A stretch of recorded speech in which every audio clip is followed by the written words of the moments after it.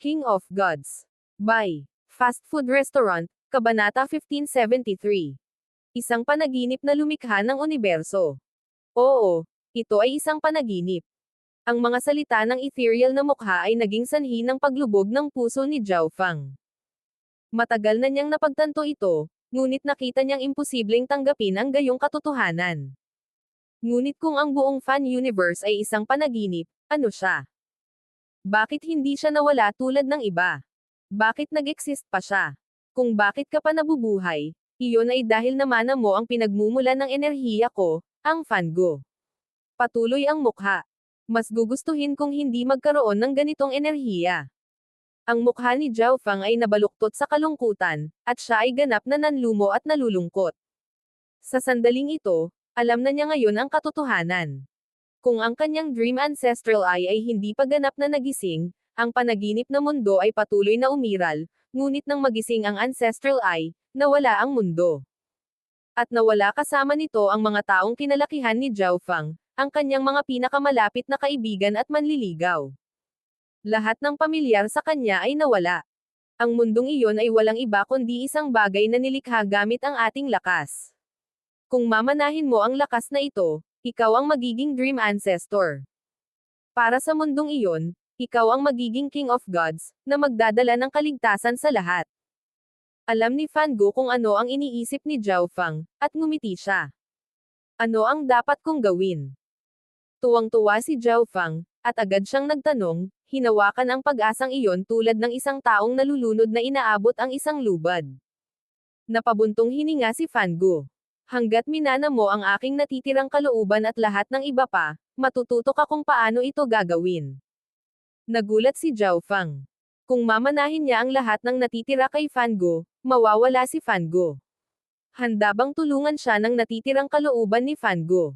Ako ay nakatulog para sa kung sino ang nakakaalam kung gaano katagal, at kahit na ako ay nagising, wala pa ring pag-asa na muling mabuo ang aking sarili. Bukod dito, ang pagtatapos ay maaaring isang bagong simula. Kung payag ka, ipagkakatiwala ko ang lahat sa iyo. Dahan-daang sabi ni Fango. Para sa kanya, ang paggising na ito ay isang hindi inaasahang sorpresa. Ang buong fan universe ay isang pagpapakita lamang ng mga huling bakas ng kanyang kapangyarihan. Si Zhao Fang ay miyembro ng fan universe at minana ang kanyang dream origin. Mula sa isang tiyak na pananaw, si Zhao Fang ay isang bagong panganak na Fango, ang pagpapatuloy ni Fango. Senior, salamat sa tulong mo. Ikinulong ni Zhao Fang ang kanyang kamao sa kanyang kamay at binibigkas ang kanyang pasasalamat. Kung kaya niyang iligtas ang lahat, handa siyang gawin ang lahat. Napakabuti. Nakahinga ng maluwag si Fango. Ang kanyang natitirang kalooban ay malapit nang maabot ang wakas nito at pumasok sa isang bagong simula. Whoosh! Ang malawak na ethereal na mukha ay naging umaambon na lumipad sa mga mata ni Zhao Fang. Karamihan sa ambon ay sumanib sa Dream Ancestral Eye. Ang Dream Origin ay ang pangunahing lakas na ginamit ni Fango upang maabot ang Creator level. Ito ay isang madilim at malabo na mundo. Ang lahat ay nagulo at nalilito dito, at ni oras o espasyo ay tila walang umiiral. Sa isang tiyak na sulok ng Primal Chaos Plane ito, isang kabataan ang nakatayong parang estatwa ng bato na tumagal sa walang katapusang mga panahon. Pagkaraan ng napakahabang panahon, binuksan ng binata ang kanyang mga mata. Siya ay walang lakas, tila isang ordinaryong tao, ngunit hindi rin siya nasaktan sa kabila ng naninirahan sa eroplanong ito ng Primal Chaos. Sa isang tiyak na sandali, ang liwanag ng pangunawa ay lumitaw sa mga mata ng kabataan. Namana niya ang lahat ng dating kay Fango. Maaari siyang tawaging Zhao Fang, ngunit maaari rin siyang tawaging pagpapatuloy ng Fango pagkatapos ng kanyang kamatayan. Pagkatapos ng daan-daang milyong taon sa panahon ng fan universe, sa wakas ay nabawi na niya ang karamihan ng kapangyarihan sa creator level.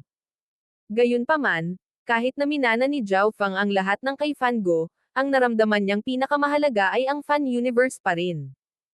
Ibalik ang sirang salamin, baguhin ang pangarap, hayaan ang panaginip na lumikha ng universo. Habang bumubulong-bulong si Zhao Fang, ang kanyang kaliwang mata ay sumabog ng walang hangganang panaginip na liwanag. Samantala, Kumislap ang kanang mata niya ng malamig at kulay abong puting liwanag bago muling pumikit. Swish! Nagsimulang mabuo ang isang malawak na dream dimension. Isang kumpletong universo ang lumitaw sa loob ng dream dimension na ito, at ang espasyo sa loob ay namumula na parang mga unang nilalang na bumangon mula sa primal chaos. Unti-unti, ang mga larawang ito ay nagkaroon ng anyo ng buong mundo bago ito nawasak. Bumalik. Ang dalawang ancestral eyes ni Zhao Fang ay lumundag ng tila walang katapusang origin energy. Ang Dream Ancestral Eye ay ang pundasyon ng kapangyarihan sa creator level ni Fan Gu. Ang Heavenly Dao Ancestral Eye ay kumakatawan sa pagkaunawa ni Fan Gu sa Great Dao ng Primal Chaos at sa kanyang kakayahang gamitin ang Dream Origin. Gamit ang dalawang origin energies na ito, maaaring malampasan ni Zhao Fang ang agwat sa pagitan ng ilusyon at katotohanan. Pagkaraan ng ilang sandali, idinilat ni Zhao Fang ang kanyang mga mata. Ang buong mundo ay nagbago. Ang nakita niya ay ito. Ang ancient desolate realm of gods ay sira-sira, maraming sibilisasyon ang nawasak at hindi mabilang na buhay ang nawala sa kaguluhan. Ngunit para kay Zhao Fang, ang tanawing ito ay hindi kapani-pani walang kapanapanabot. Sa di kalayuan, sa papaalis na puting barkong pandigma, si Yu Chanwo, ang Heaven Lord, at si Liu Qingxin ay nalilito, naninigas ang kanilang mga katawan. Ang lahat ng hindi mabilang na buhay na nilalang ng Fan Universe ay naging matigas. Para sa ilang kadahilanan, naramdaman nila na parang malapit lang sila sa kamatayan. Ngayon, kailangan ko lang ayusin ang mundo. Muling ipinikit ni Zhao Fang ang kanyang mga mata. Sa loob ng Fan Universe, ang mga lupain ay nagsimulang magsama-sama habang ang mga puwang sa kalawakan ay nagsimulang ayusin ang kanilang mga sarili. Ang tanawin ng mundo na nagbabago at nagkukumpuni sa sarili ay naging dahilan upang ang lahat ay napabuntong hininga sa pagtataka. Ito ay walang kulang sa isang himala. Isang alingawngaw ang nagsimulang kumalat na ang Supreme God ng mundong ito ay nagising at nagligtas sa kanilang lahat. Hindi lamang iyon, maging ang mga nahulog na Diyos, ang Life God, Samsara God, at ang Destruction God, ay muling nabuhay. Ang Eight Great God Eyes ay kumakatawan sa mga patakaran ng Heavenly Dao at magagawang patatagin ang Fan Universe. Bulong ni Zhao Fang. Matapos manahin ang kalooban ni Fan Gu, nagkaroon siya ng ganap na bagong pag-unawa sa Great Dao at sa kalikasan ng enerhiya. Sa lihim na base ng Sage Faction, sa itaas na palapag ng 6 na panig na tore. Zhao Fang, maaari mo ba kaming paalisan sa ilusyon na mundong ito? Nasasabik na sabi ng Heaven Lord. Kaya ko. Ngunit ang may kumpletong bloodline ng Heaven's Legacy race lang ang makakaalis. Mahinahon at may kumpiyansang sagot ni Zhao Fang. Isang ilusyon na mundo. Maaaring tawagin ito ng isa. Lahat ng bagay sa mundong ito ay pinaghalong kadiliman at liwanag, totoo at peke. Sa mga mundong iyon na lumitaw sa Primal Chaos Plane, sila ang tunay habang ang lahat ng nasa Fan Universe ay peke, ngunit sa Fan Universe, ito ang tunay habang ang lahat ng nabubuhay na nilalang ng Primal Chaos Plane ay panaginip, tulad ng pagkakaroon. Para silang magkasalungat na dimensyon. Para sa magkabilang panig, ang kabilang panig ay peke, at sila lamang ang maituturing na totoo. Siyempre, kung ang ilusyon ng isang panig ay tumakbo sa tunay na mundo sa kabilang panig, maaari silang mabilis na mawala, maliban kung sila ay katulad ni Zhao Fang, na ang Dream Ancestor at maaaring malampasan ang ilusyon at katotohanan. Ang Heaven's Legacy Race ay isang lahi mula sa kabila ng universo na ito, kaya maaari silang ituring na exception. Gayunpaman, kung may mga miyembro ng Heaven's Legacy Race na isinilang sa mundong ito pagkatapos at hindi ganap na nagmana ng Heaven's Legacy Race na bloodline, maaaring hindi sila makaalis. Ang mga pinuno ng Heaven-defying faction at Sage faction ay tumango at nagsimulang mag-isip. Pareho silang walang alinlangan na nagtataglay ng kumpletong mga bloodline ng Heaven's Legacy Race, ngunit marami sa iba pang miyembro ng kanilang lahi ay hindi. Zhao Fang, bigyan mo kami ng oras. Sabay na sabi nung dalawa. Sa Continent Zone, biglang bumaba ang isang lalaki at dalawang babae. Ang lalaki ay walang katulad na gwapo at naglalabas ng transcendent na aura habang ang dalawang babae ay parang mga engkanto sa langit.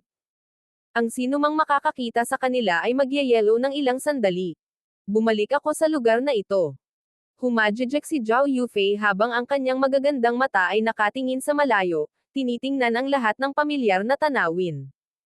Tara na. Ang lugar na ito ay hindi ang ating destinasyon. Sabi ni Zhao Fang. Para saan? Tanong ni Zhao Yufei. Akin na kayong dalawa ngayon, kaya hindi ba dapat puntahan natin ang mga magulang ko? Si Zhao Fang ay nagbigay ng nakakalokong ngiti. Medyo naiginjoy siya. Og. Inilibot ni Zhao Yufei ang kanyang mga mata kay Zhao Fang, namumula ang kanyang mukha. Humajijek si Liu Qingxin at walang sinabi, ngunit ang kanyang puso ay puno ng init. Sa bakuran ng Broken Moon Clan, sa isang liblib na lugar. Tatay, nanay, bumalik na ako.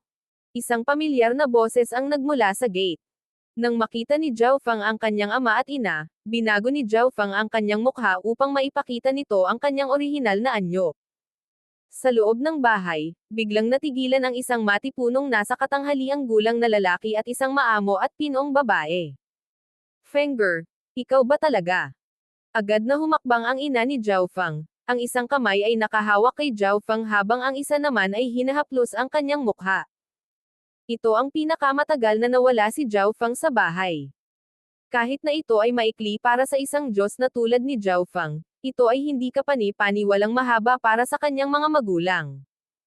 At ang dalawang babaeng ito. Ang ama ni Zhao Fang, si Zhao Tianyang, ay nagulat sa mga batang babae na nasa gilid ni Zhao Fang. Ito si Zhao Yufei. Nabanggit ko na siya sa iyo dati. Ito si Liu Qingxin. Dahan-daang nagsalita si Zhao Fang nang pumasok silang tatlo. Masayang ngumiti ang ina ni Zhao Fang. Matapos makinig saglit, naghanda siya ng pagkain. Ilang sandali pa ay nakahain na sa hapag ang masasarap na pagkain. Ang pamilya ay nakaupo sa paligid ng mesa, nag-uusap at kumakain, init, pagkakasundo, at kagalakan na pumupuno sa silid. Katulad nito, sina Zhao Fang, Liu Qingxin, at Zhao Yufei ay namuhay ng magkasama para sa isang spell. Makalipas ang 10 taon, umalis si Zhao Fang kasama ang dalawang babae. Sa espasyo ng Ancient Desolate Realm of Gods, lumutang ang isang kakaibang hugis na lumilipad na barko. Zhao Fang, salamat. Ipinahayag ni Yu Chanwo ang kanyang pasasalamat kay Zhao Fang. Ang kanyang mukha ay nagniningning sa tuwa. Zhao Fang, ano ang iyong mga plano para sa hinaharap? Labis na interesado ang Heaven Lord sa kasalukuyang estado ni Zhao Fang. Si Zhao Fang ang pinakamalakas na eksperto sa mundong ito, na nakatataas sa lahat ng mga Diyos. Maaari siyang ituring na King of Gods. Dapat magtagal pa ako dito. Kapag nakapaghintay na ako ng matagal, mag-iisip ako ng paraan para dalhin sina Qingxin at Yufei para makita ang tunay na mundo. Nakangiting sabi ni Zhao Fang. Natitiyak kong maaari kang pumunta sa labas ng mundo, ngunit sila. Bahagyang umiling ang Heaven Lord, medyo hindi kumbinsido. Para sa pisikal na mundo, lahat ng bagay sa mundong ito ay isang ilusyon na panaginip. Kapag ang mga nilalang na ipinanganak sa panaginip ay umalis sa panaginip, sila ay mawawala. Paano makakalabas sina Liu Qingxin at Zhao Yufei para makita ang daigdig sa kabila? Hihihi. Si Zhao Fang ay nagbigay ng isang misteryosong ngiti. Gamit ang dalawang dakilang Origins of Dream at Heavenly daw pati na rin ang mga alaala ni Fango, siguradong makakahanap siya ng paraan. Zhao Fang, dapat tayong magpaalam. Si Yu Chanwo ay mukhang malungkot habang winawagayway ang kanyang kamay kina Zhao Fang, Liu Qingxin, at ang iba pa. Naunawaan na ni Zhao Fang ang sitwasyon ng Heaven's Legacy Race. Nawasak ang mundo kung saan naninirahan ang Heaven's Legacy Race. Isang dalubhasa sa world level ang nagawang pangunahan ang lahi palayo sa nawasak na mundo at papunta sa Primal Chaos Plane, ngunit sa paglalakbay, isang sakuna ang naging dahilan upang magkalat ang karera. Isang grupo ang hindi sinasadyang nakapasok sa panaginip na mundo ni Fango, at sa mundong ito ng panaginip, kahit isang world level experts ay mahihirapang tumakas. Sige, ihahatid na kita. Matigas na sabi ni Zhao Fang. Bago sila umalis, ginamit niya ang kanyang kakayahan na gawing realidad ang panaginip para lumikha ng katawan ng Heaven Mending Race para kay Yu Chanwo para madaanan niya ang Primal Chaos Plane. Buzz. Nabaluktot ang espasyo habang unti-unting nabuo ang isang madilim na daanan. Si Yu Chanwo, ang Heaven Lord, at ang isang bahagi ng Heaven's Legacy Race ay sumakay sa kanilang espesyal na lumilipad na barko at naglaho sa daanan. Brother Fang, kailan tayo pupunta para makita ang mundo sa kabilang panig? Si Zhao Yufei ay nagbigay ng pilyong tumawa, ang kanyang napakarilag na mga mata ay puno ng kuryosidad. Sa gilid, si Liu Qingxin ay may hitsura din ng pananabik. Hindi na magtatagal.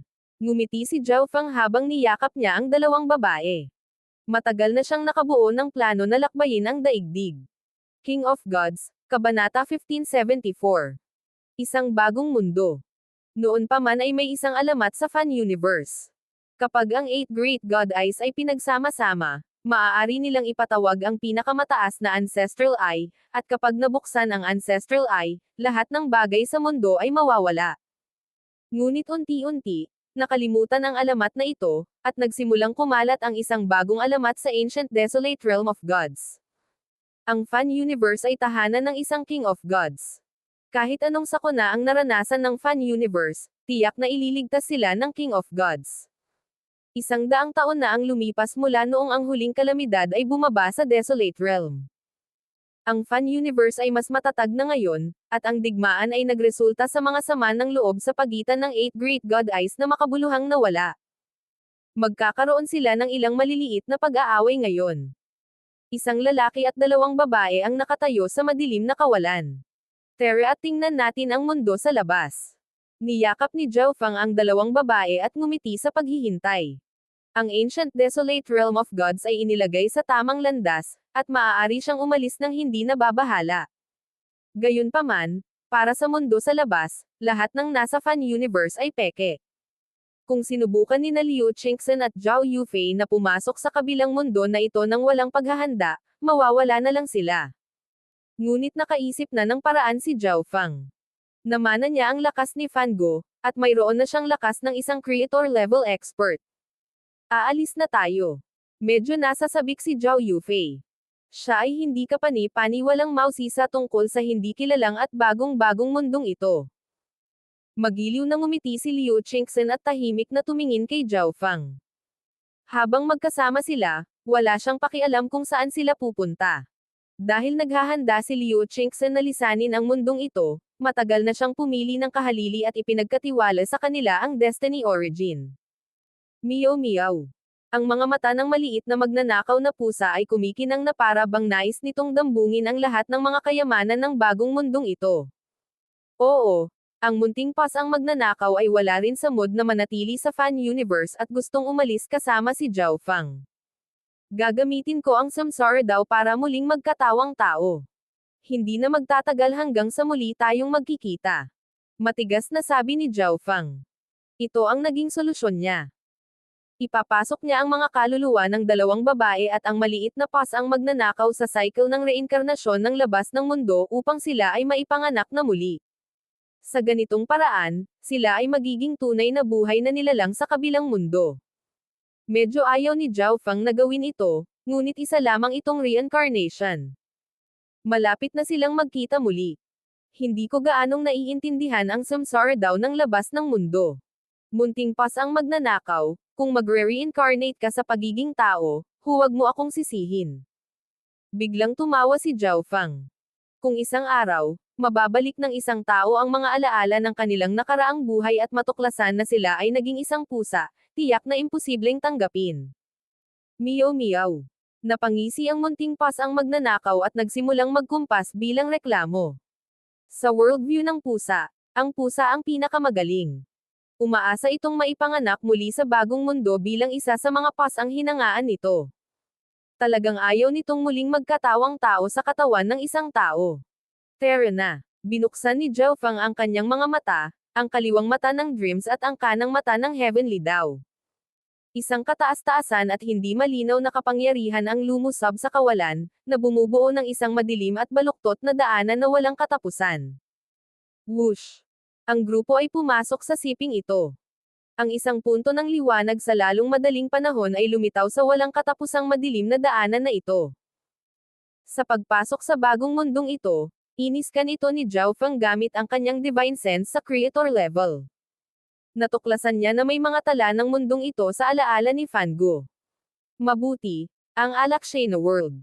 Matapos matiyak na siya ay nasa mundong ito, ginamit ni Zhao Feng ang kanyang dream power para makapasok sa underworld ng Alakshana World. Matapos masanay sa mga gawain nito, nagsimulang pumili si Zhao Feng ng mga lugar para sa muling pagkakatawang tao, pagkatapos nito ay pina-reincarnate niya ang mga babae at pusa. Si Zhao Feng ay medyo maingat dito. Kung pinili niya ang maling lugar upang muling magkatawang tao, ang mga resulta ay magiging masyadong trahedya upang makita. Inayos niya ang hanay ng reinkarnasyon ng 2 babae at ng pusa sa isang napakaliit na rehiyon. Bilang karagdagan, naglagay siya ng dream mark sa kanilang mga kaluluwa upang mahanap niya ang mga ito sa hinaharap. Pagkatapos noon, gumawa si Zhao Feng ng sarili niyang pagpili at muling nagkatawang tao. Dahil ito ay isang bagong mundo, kailangan niyang magsimula sa simula. Si Liu Qingxin at ang iba pa ay mangangailangan ng oras para makabawi at hindi agad mabawi ang kanilang mga alaala. Kaya, nagpa siya si Zhao Feng na muling magkatawang tao para lumaki siyang magkasama. Ang pinakamalalim na bagay sa mundo ay hindi mga pangako ng walang hanggang paibig o mga alaala na inukit sa mga buto. Ito ay pagsasama.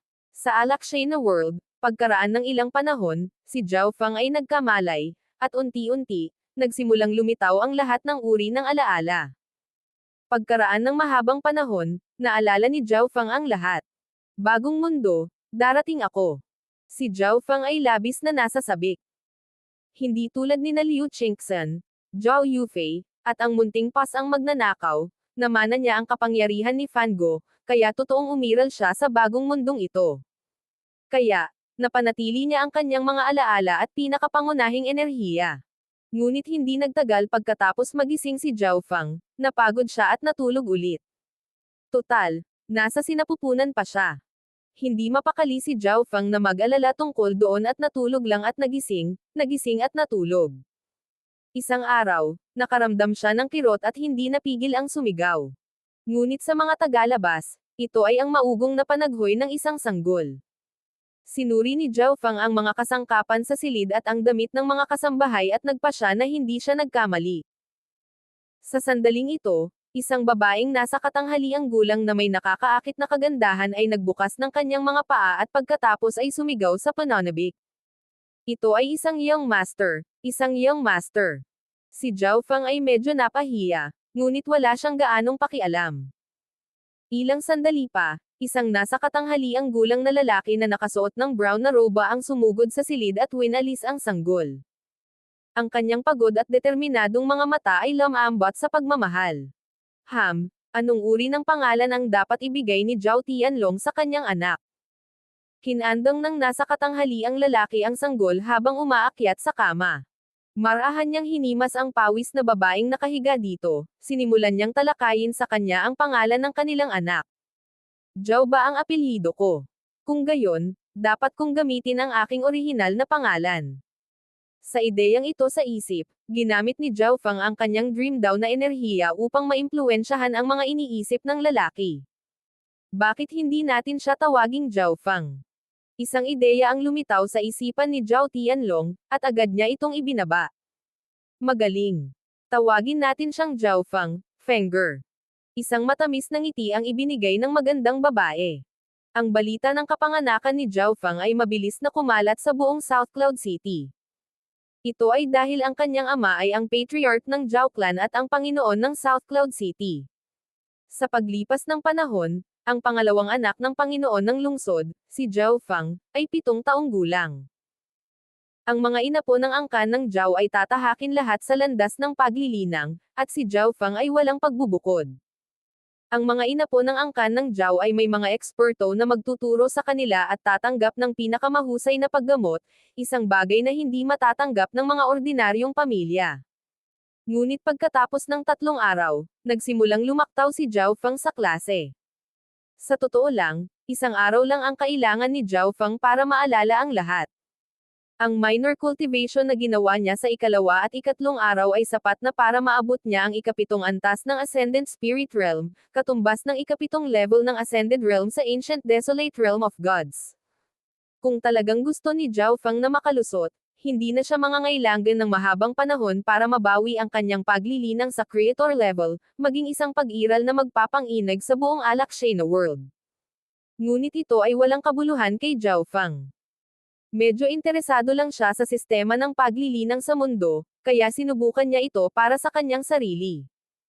Ang mga sistema ng paglilinang ng maraming mundo ay halos pareho, ngunit natuklasan ni Zhao Feng na ang mga pamamaraan ng paglilinang ng mundong ito ay mas kumpleto at mahigpit.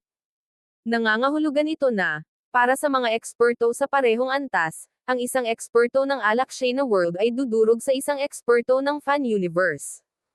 Siyempre, hindi interesado si Zhao Feng dito. Gusto niyang mamuhay ng mabagal at maaliwalas, at pagkaraan ng ilang oras, hahanapin niya sina Liu Qingxin, Zhao Yufei, at ang pas ang magnanakaw. Si Zhao Feng ang pangalawang anak ng Panginoon ng lungsod at nagtataglay ng hindi kapani-paniwalang talento sa paglilinang, kaya natural siyang pinagmamasdan. Ang mga alingawngaw ng kanyang madalas na pag-alis, kung gaano siya kadalang magtanim, at ang kanyang catamaran ay mabilis na kumalat sa South Cloud City. Ang mga alingawngaw ay naging mas pinalaki habang kumalat ang mga ito, at para sa maraming tao sa loob ng lungsod, si Zhao Feng ay tiyak na magiging ilang hedonistic na walang kabuluhan sa malapit na hinaharap. Ang iba pang dakilang angkan ng South Cloud City ay labis na natuwa nang marinig ito. Maging ang mga paksayon sa loob ng angkan ng Zhao na nakikipagkumpetensya sa Panginoon ng lungsod ay tuwang-tuwa. Siyempre, si Zhao Feng ay hindi tunay na ignoramus na marunong lamang maglaro. Ang landas ng paglilinang ay hindi gaanong interesado sa kanya, ngunit siya ay lubhang interesado sa iba pang mga bagay. Halimbawa, ang pagpino ng mga table tasks, pagpapanday ng mga armas, pagbuo ng mga array at mekanismo, mga puppet. Sa kanyang huling buhay, si Zhao Feng ay may disenteng talento sa ibang mga larangang ito, ngunit siya ay nagmamadali upang linangin na wala na siyang oras para sa anumang bagay, na naging dahilan upang masayang ang lahat ng talentong ito. Isang araw, pagkatapos mag-aral ng array sa loob ng kalahating araw, nagpasya si Zhao Feng na magpahinga sa isang pavilion. Sa sandaling ito, dumating ang dalawang kabataang nakadamit ng marangya. Nang makita si Zhao Feng, ngumisi sila. Silang dalawa ay mga anak ng nakatatandang tiyuhin at nakababatang tiyuhin ni Zhao Feng. Mayroon silang pinakamahusay na talento para sa paglilinang sa angkan. Brother Feng, magmadali sa martial arts ground. Sinabi ni Instructor Lin na kung hindi ka pupunta, pupunta siya upang makipag-usap sa Panginoon ng lungsod. Sinabi sa amin ni Instructor Lin na kailangan namin kayong ibalik kahit anong mangyari, kahit na nakatali ito. Nagsalita sina Zhao Yun at Zhao Hai na para bang sila ay lubhang nababagabag habang sila ay unti-unting lumapit kay Zhao Feng at gumawa ng isang nakakaanyaya na kilos. Bagamat sila ay mga bata, natural na kinuha nila ang saloobin ng malakas na pambubuli sa mahihina. Itali mo ako. Nagtaas ng kilay si Zhao Feng at kumuha ng whip type na sandata mula sa kanyang interspatial dimension. Pasulong, binaril ni Zhao Feng sa pagitan nina Zhao Yun at Zhao Hai. Whoosh! Whoosh! Whoosh! Mabilis na umikot si Zhao Feng sa dalawa. Sa pamamagitan ng paghila ng latigo, hindi nagtagal ay napagapos niya sina Zhao Yun at Zhao Hai. Paano niya tayo itinali? Tumawag si Zhao Hai nang may alarma. Hindi ko alam. Medyo nalilito si Zhao Yun. Pareho silang mas matanda kay Zhao Feng at sa mas mataas na cultivation, ngunit bago pa man sila makapag-react, itinali na sila ni Zhao Feng. Zhao Feng, huwag kang pumunta. Bilisan mo at hayaan mo na kami. Ako, si Zhao Yun, ay humihiling ng patas na laban sa iyo. Tumawag si Zhao Yun. Bilisan mo at bitawan mo na kami. Si Zhao Hai ay labis na hindi kumbinsido. Madami kayong pinag-uusapan. Ipagpatuloy mo ito at huhuberin kita ng mga damit at hahayaang tingnan ka ng lahat ng lalaki at babae sa lungsod. Humikab si Zhao Feng habang casual na nagbanta. Agad na tumahimik sina Zhao Yun at Zhao Hai. Kahit bata pa sila, naiintindihan pa rin nila ang tungkol sa mga lalaki at babae. Kung ang kanilang mga hubad na katawan ay nakalantad para makita ng mga batang babae, hindi nila magagawang itaas ang kanilang mga ulo sa natitirang bahagi ng kanilang buhay. Kalimutan mo na lang, huhuberin muna kita ng damit mo para makaiwas sa susunod. Dagdag ni Zhao Feng. Brother Fang, naiintindihan ng iyong nakababatang kapatid ang kanyang mga pagkakamali. Sa hinaharap, susundin namin ang anumang sasabihin mo. Agad namang nagmakaawa si Zhao Hai, na 13 taong gulang. Brother Fang, ang iyong nakababatang kapatid ay handang maglingkod sa iyong beck and call. Si Zhao Yun ay tama rin na natakot kay Zhao Fang. Isang young master ng ari-arian ng City Lord na hinuberan at nakatali. Imposibleng isipin niya ang gayong kahabag-habag na tanawin. Nang matakot kay Zhao Fang sa murang edad, naramdaman nilang dalawa na hindi pa nila nakilala ang isang napakasamang tao noon. Tatakutin ni Zhao Fang ang lahat ng bata na nagtangkang gumawa ng gulo para sa kanya sa ganitong paraan. Pagkatapos, sa tuwing makikita nila si Zhao Fang, sila ay magiging sobrang magalang at magalang. Kapag nagpasya si Zhao Fang na maghinay-hinay, may darating pa nga para pagsilbihan siya at magpapamasahe pa sa kanya. Kung hindi nila sinasadyang masaktan siya, maaari talaga silang mahubaran at igapos para makita ng lahat. Isang araw, biglang may naramdaman ang dream origin sa kaluluwa ni Zhao Fang at ng inag. Ang pamilyar na pakiramdam. Iniisip ko, si Liu Qingxen ba, Zhao Yufei, o ang munting pas ang magnanakaw. Bulong ni Zhao Fang sa sarili habang tumatayo. King of Gods, Kabanata 1575. Pagkuha ng perpektong score. Sa sandaling ito, ang dream origin sa kaluluwa ni Zhao Fang ay nakakaramdam ng pamilyar na enerhiya at bahagyang nanginginig sa pinakamaikling sandali. Brother Fang, anong problema? Ang mga nakatatandang anak ng angkan na nag-aalaga kay Zhao Fang ay nanginginig at agad na nagtanong. Iniisip nila kung hindi ba sila naglagay ng tamang lakas noong nagmamasahe, na naging dahilan para hindi komportable si Zhao Fang at bigla siyang napatayo. Sa sobrang takot nila ay nanginginig sila. Ayos lang ako. Kalmadong ngumiti si Zhao Fang at humiga. Si Zhao Fang ay hindi nagmamadali. Kumpiyansa siya na malapit na silang magkita muli. Brother Fang, bukas ay taunang pagsusulit. Kailangan mong mag-ingat. Hinihintay ni Instructor Lin ang pagkakataong ito. Papuri na sabi ni Zhao Hai. Si Zhao Fang ay madalas na tumalikod at hindi man lang pumunta sa training ground. Walang magawa si Instructor Lin. Pagkatapos ng lahat, si Zhao Fang ay anak ng Panginoon ng lungsod. Ngunit ang angkan ay nagbigay ng malaking kahalagahan sa taunang pagsusuri. Kung hindi makikibahagi si Zhao Fang, ang kanyang mga marka ay magiging isang kapahamakan, at maaaring gamitin ni Instructor Lin ang pagkakataon na ipaalam sa kanyang mga superior. Sa totoo lang, hindi kapani-paniwalang hindi maganda ang pananaw ni Zhao Hai sa mga prospect ni Zhao Fang, at umaasa siyang pagtatawanan siya pagdating ng panahon. Pagkatapos ng lahat, siya ay natakot sa pagpapasakop, ngunit siya ay hindi kapani-paniwalang nalilito. Paano iyon? Kahit na mas mataas ang cultivation niya kaysa kay Zhao Fang, tumakbo pa rin si Zhao Fang sa paligid niya at itinali siya. Pagsusulit. Naalala ni Zhao Fang na talagang may ganoong bagay, ngunit wala siyang gaanong pakialam. Siya ang reincarnation ng isang makapangyarihang creator-level expert. Natatakot ba siya sa ilang simpleng pagsusuri? Ipinagpatuloy ni Zhao Fang ang kanyang pahinga. Kinabukasan, dumating si Zhao Fang sa klase. Sino ito? Mas gwapo siya. Isang batang babae na nakasuot ng floral gown ang tumitig kay Zhao Fang. Dahil napakadalang lumitaw ni Zhao Fang, maraming mga bata sa kanyang pangkat ang halos hindi nakilala siya. Siya ang anak ng Panginoon ng lungsod, ngunit huwag kang magpalinlang sa kanyang hitsura. May hawak siyang pilak na latigo sa kanyang baywang, at nabalitaan ko na gusto niyang itali ang mga tao dito at haburin ang kanilang mga damit. Tama. May narinig din akong ganyan. Nagtipon-tipon ang mga babae at nagbulungan sa isa't isa. Narinig ni Zhao Fang ang kanilang bulong sa sandaling pumasok siya, ngunit wala siyang pakialam, kahit na sinasadya niyang ipagmalaki ang pilak na latigo sa kanyang baywang. Agad namang nagkalat sa gulat ang mga nagdaldal na babae. Ilang sandali pa, pumasok ang isang matipunong lalaki. Ito ay si Instructor Lin. Sa pagpasok, si Instructor Lin ay nagulat nang makita si Zhao Fang, ngunit hindi nagtagal ay naalala niya na ito ang pangalawang anak ng Panginoon ng lungsod. Malamig siyang tumawa.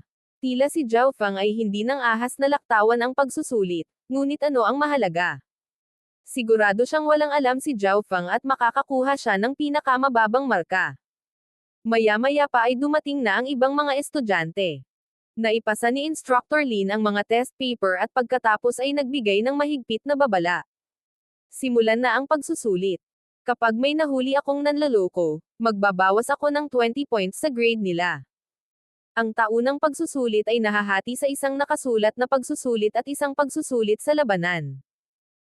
Ang nakasulat na eksaminasyon ay pangunahing sumubok sa mag-aaral sa kasaysayan ng South Cloud City at ng Ashernet Kingdom habang sinusubok din ang kaalaman ng isang mag-aaral sa paglilinang. Matapos ibigay ang babalang ito, nagsimulang maglakad-lakad si Instructor Lin. Si Instructor Lin ay isang pinakamataas na eksperto sa Star Origin Realm. Kung sinubukang manloko ng maliliit na bata na ito, malalaman niya kaagad. Ang cultivation system ng Alakshana World ay halos katulad ng Fan Universe. Ito ay nahahati sa Body Refining Realm, ang Ascendant Spirit Realm, ang 3 Chi Realm, ang Star Origin Realm, ang Divine Transformation Realm, ang Imperishable Realm, ang 9 Ranks of Chaos Heaven, ang 3 Heavens of Overflowing Origin, at ang World Realm.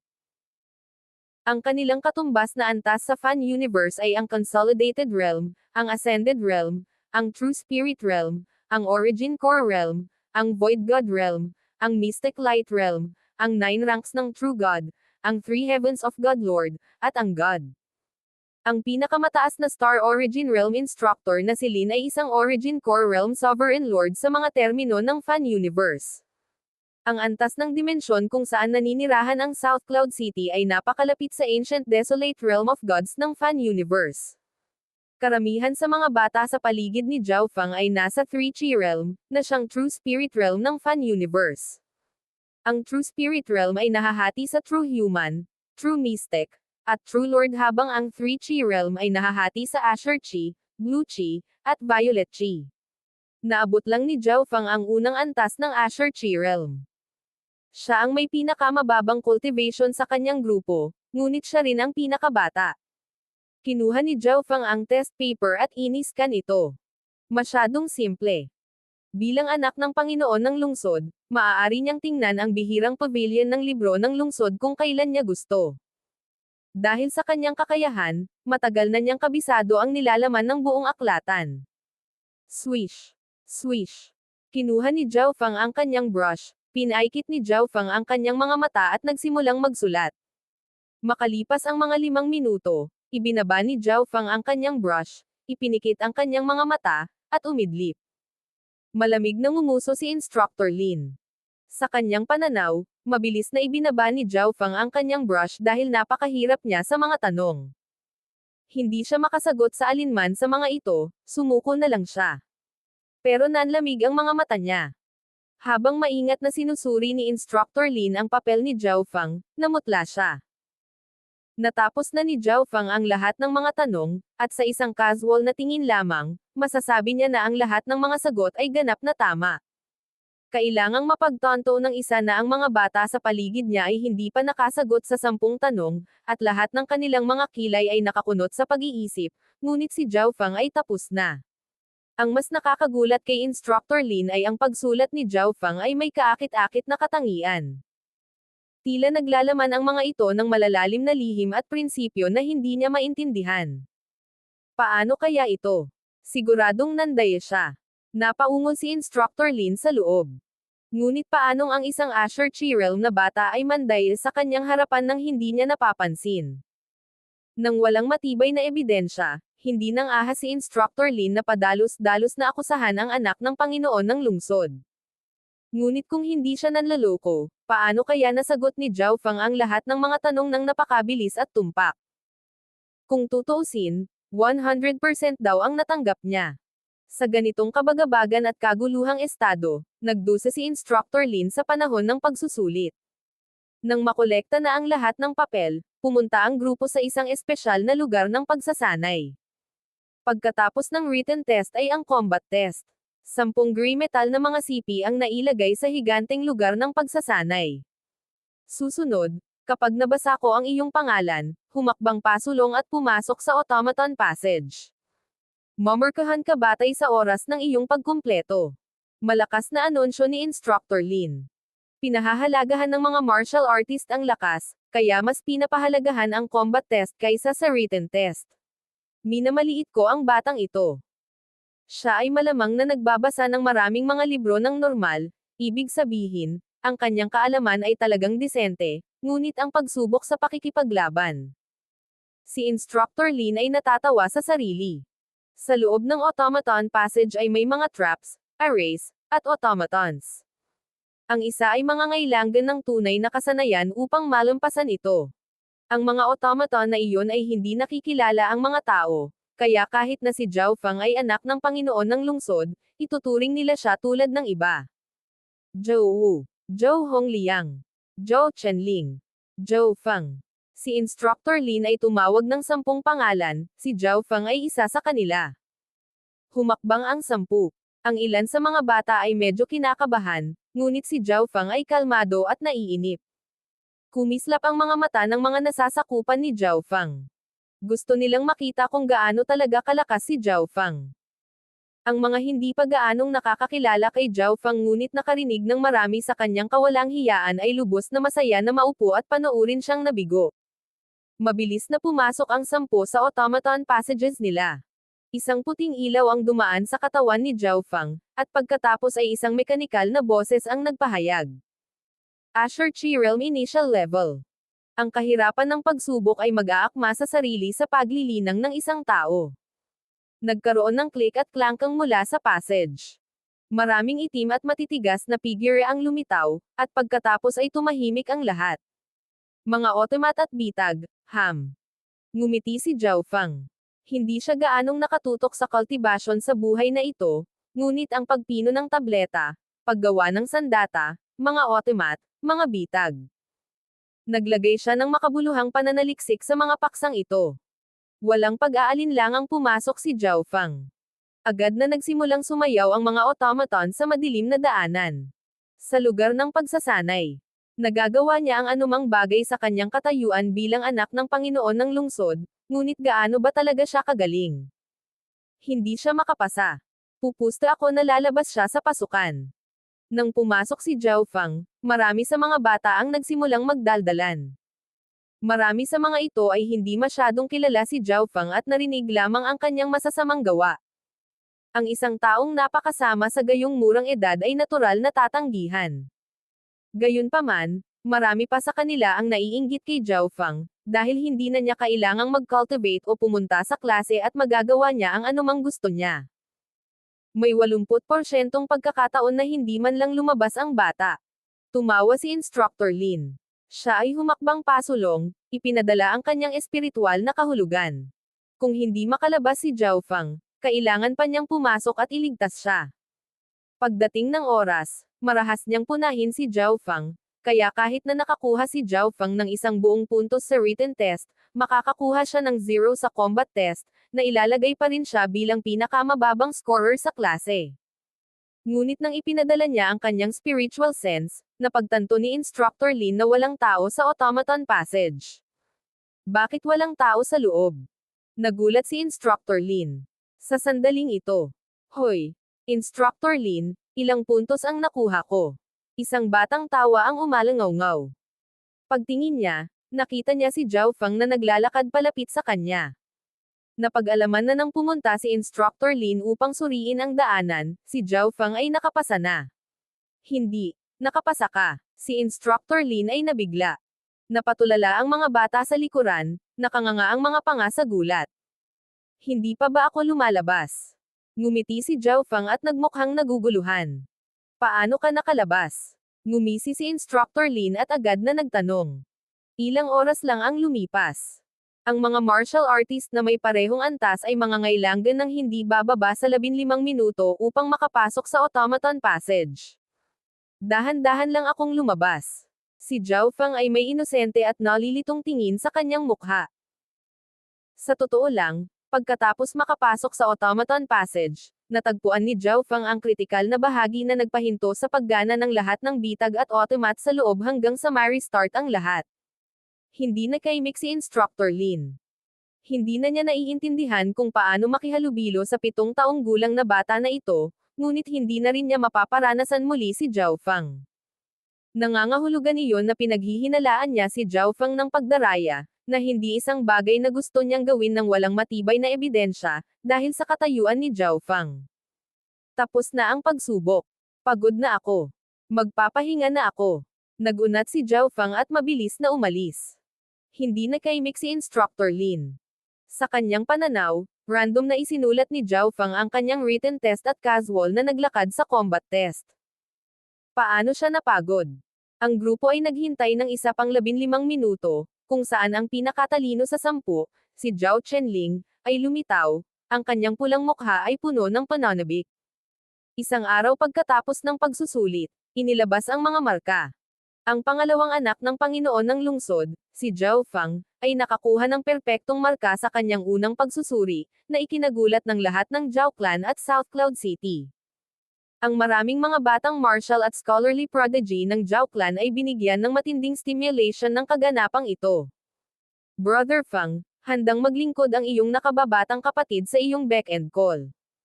Pakiusap, kailangan mong turuan ako ng iyong mga sikretong pamamaraan. Si Zhao Hai ay may nasasabik sa kanyang mukha habang minamasahe niya ang mga binti ni Zhao Fang. Brother Fang, kung may kailangan ka sa hinaharap, pakiusap, magtanong ka lang. Ang iyong nakababatang kapatid ay lalakad sa apoy upang paglangkuran ka. Ang mga batang iyon na sumunod lamang kay Zhao Fang dahil sa takot ay agad na nagbago ng kanilang saloobin at nagtrabaho ng walang reklamo. Walang ginagawa sa buong araw, kumakain lang, umiinom, at naglalaro ng hindi naglilinang, at nakakakuha pa rin ng perpektong marka. Sinong bata ang hindi nagnanais ng ganoong bagay? Ang ilan sa mga bata ay humiling pa na sumali sa posse ni Zhao Fang, ngunit sila ay itinulak palayo ng mas matandang pulutong ng mga alipin. Lumipas ang 6 na taon sa isang kisap mata, at si Zhao Fang ay 14 na ngayon. Sa araw na ito, ang dream origin sa kaluluwa ni Zhao Fang ay nanginginig muli sa hindi kapani-paniwalang tindi. Malapit lang. Agad na tumayo si Zhao Fang at umalis sa City Lord Estate. Brother Fang, saan ka pupunta?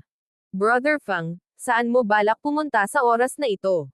Isang grupo ng mga kabataan ang nagmamadaling sumunod. Ang mga dating alipin na ito ay malapit na sa 20 taong gulang, ngunit handa pa rin silang alagaan si Zhao Fang.